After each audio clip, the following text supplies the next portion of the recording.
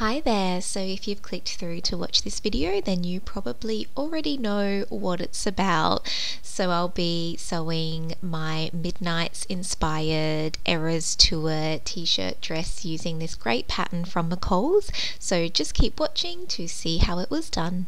You'll see the pattern packet in a moment, but I just wanted to note I've done the instructions a little bit differently, and that's because I wanted to add a lining because that sequin fabric is a little bit sheer. So I'm using McCall's M8160 and it's view B. You'll see here I did a cotton mock-up version first because I initially took about 2 inches off the hemline, and I also wanted to see the sleeve length and test that I could get the neck on and off really easily. So there's a quick clip of the back, so you'll see it's very plain, very simple, and just perfect for what I wanted. So after cutting all the pieces, I've got the sleeve pieces ready, so one for each side of the sequin and a matching lining, and then a sequin back piece, a lining back piece, and then a sequin front piece, and finally a lining front piece. And so you'll see here that the first step I'm doing is getting the sequin front and back, putting them right sides together, then pinning at the shoulder seams, getting them ready to sew. And you'll see in the next clip at the sewing machine, I'm basically using the edge of my presser foot as my seam allowance guide, and this is because I'm doing a narrow seam allowance, and that's because how I did the mock-up version was that way, and when I did my measurements and compared them and did all that, I wanted it to land somewhere between the size small and the size medium. So the best way for me to achieve that was to either cut the small and do a narrow seam allowance, or to cut the medium and do a generous. So 2 options, but I ended up cutting the small and just going for a smaller seam allowance. And you'll see in this clip I'm just overlocking the raw edge of the lining top shoulder pieces, so doing the exact same thing for the lining piece now. So the front and back right sides together, pinning at the shoulder seams and sewing down.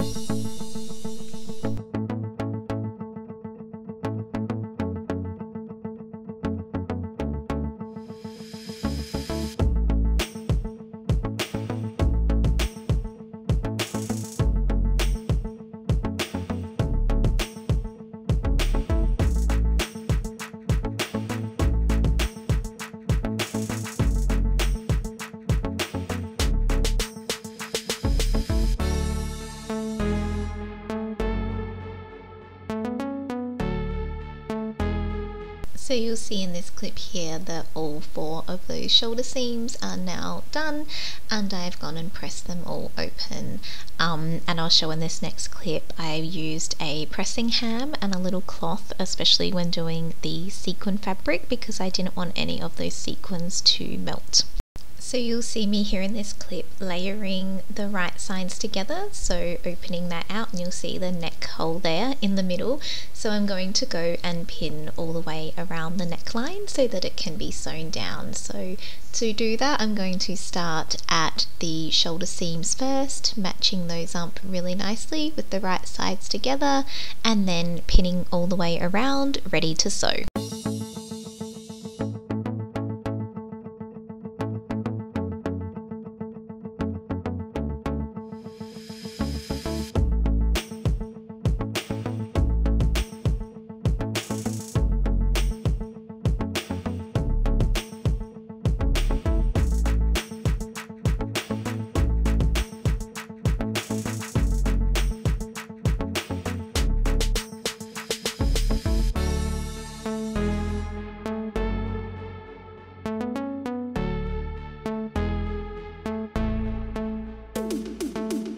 So here you can see me sewing around that neckline. I'm using the presser foot as my seam allowance guide, again the same as I did for the shoulder seams, and I'm just pivoting the presser foot as I need to go around the curves.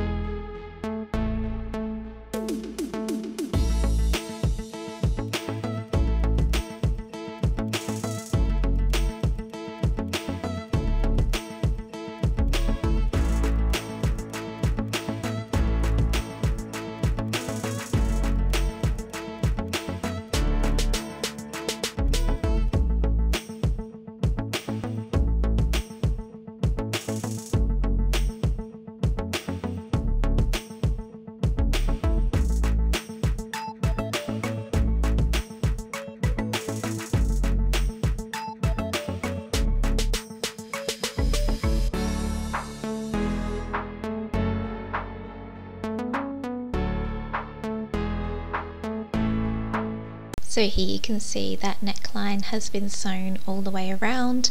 What I'm going to do next is just clip along those curves close to the stitch line, and then I'm going to flip that through and then do some understitching.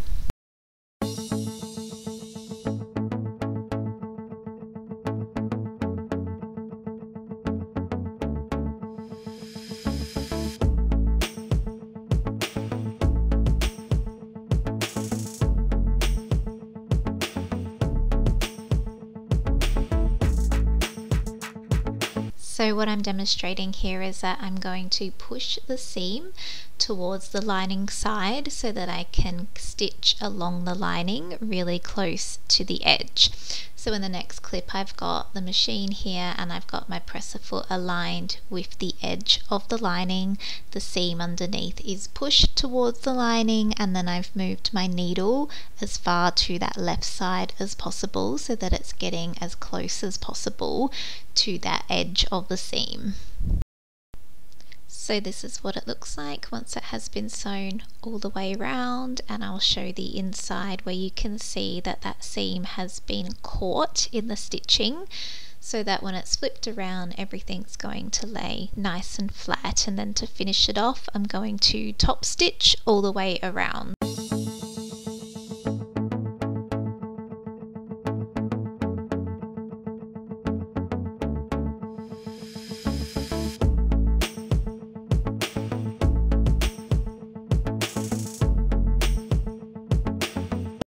So you'll see I've got the neckline lined up again at the machine here, and that understitching is there on the inside. So I'm just going to top stitch all the way around.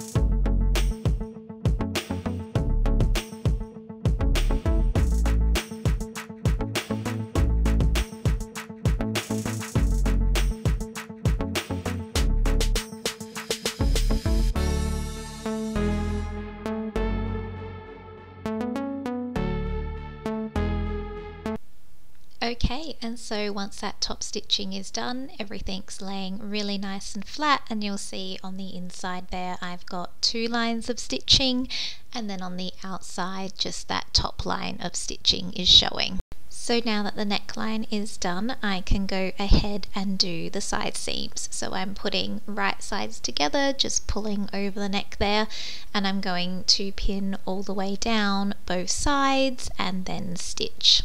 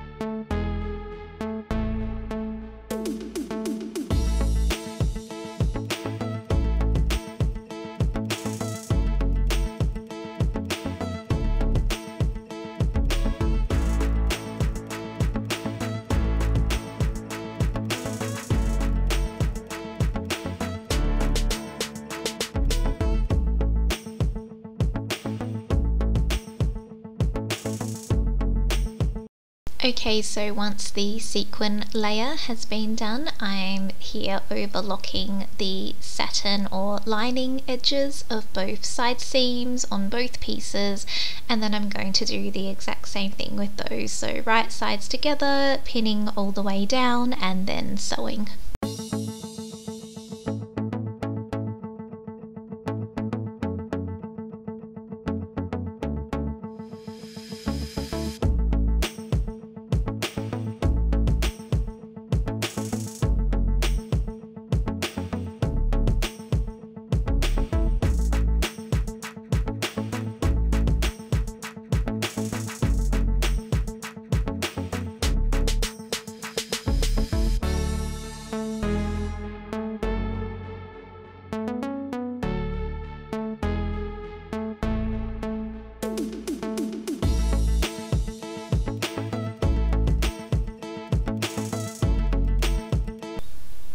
Okay, so once those are finished, I've then gone and pressed all of those seams open so they're going to lie nice and flat, and then it is on to the sleeves. So for each sleeve I've got right sides together, a sequin piece and a lining piece. I'm going to pin along that bottom edge and then sew all the way across.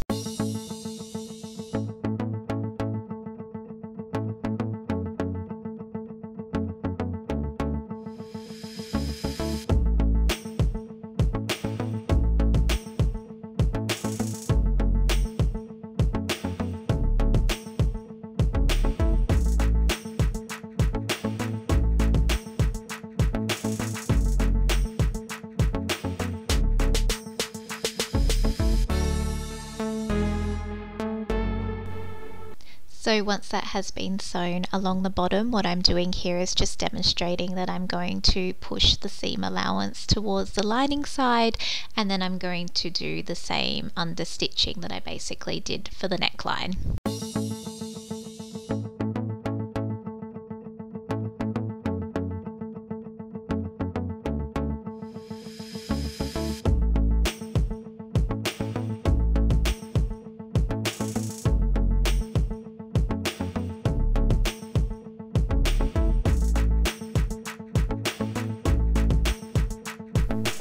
And so here you'll see what that understitching line looks like, and then it'll get flipped around, and that's basically the beginnings of the sleeve. So next is to do the underarm seam, and so to do that I'm going to fold the sleeve out and then put the right sides together, so for the lining and for the sequin, as you can see here that I'm doing. So pinning in the middle, making sure that stitching line, especially the understitching line, is lined up really nicely, and then pinning all the way along that edge and then sewing that down.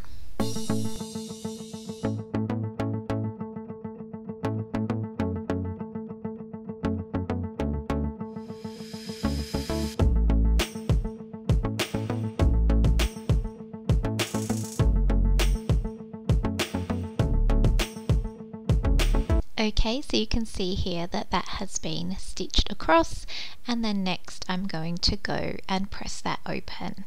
And so once that has been done, I'm going to flip the sleeve through so it's sort of the right way out, and then you'll see me pinning all along the top edge.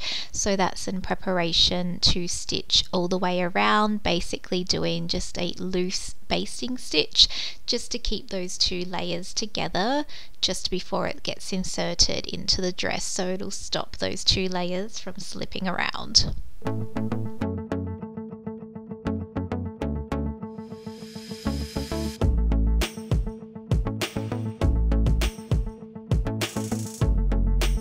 Okay, and so I'm going to go and stitch all the way around, but because this is just a basting stitch to hold everything together, what I have done is moved my needle all the way across to the right. So still using the presser foot as my guide, but I've got it closer to the edge, so the needle's closer to the edge so that you won't see that once it's sewn into the dress. So there you can see it has been sewn all the way around, and then next I'm going to go and do the same thing for the armholes of the dress. So pinning all the way around and then sewing all the way around nice and close to the edge.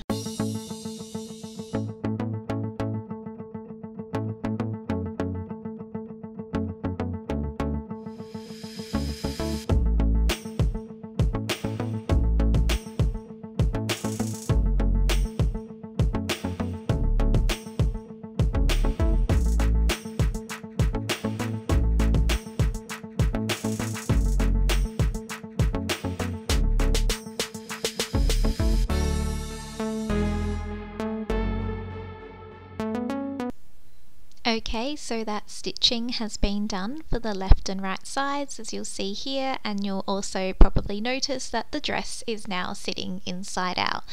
So that is so that I can insert both of the sleeves right sides together. So those sequin sleeve on the outer fabric is what's going to match inside, so that you've got sequins to sequins. So I'm going to insert both of those in and then pin all the way around those raw edges and then sew those down.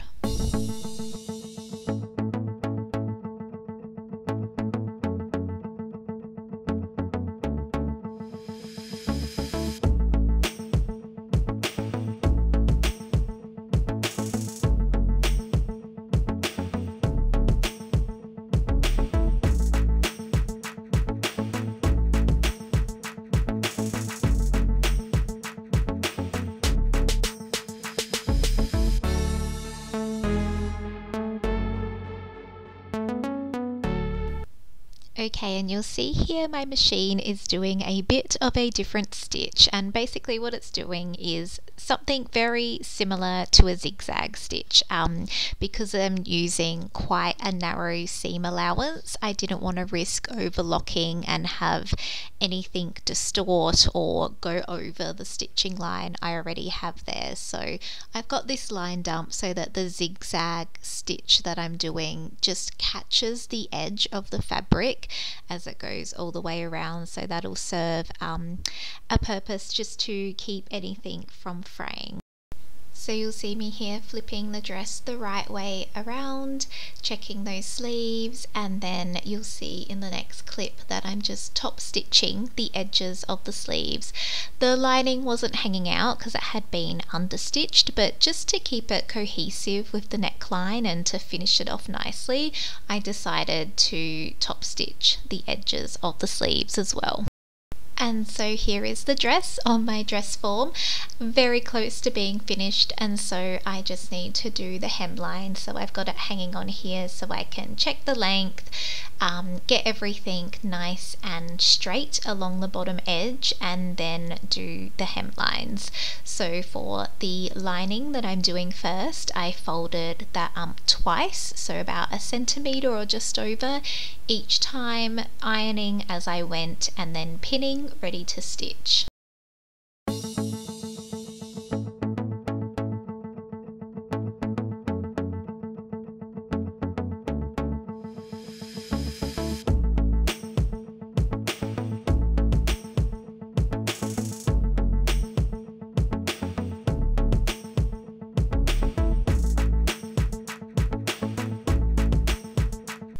Okay, so final step is the outer layer hem. So you'll see that I've folded that up quite high. It's probably just over 1 inch, but it's just been folded to sit exactly where the lining is also sitting so that they're both aligned. I'm going to stitch all the way around and then trim away any excess that's left.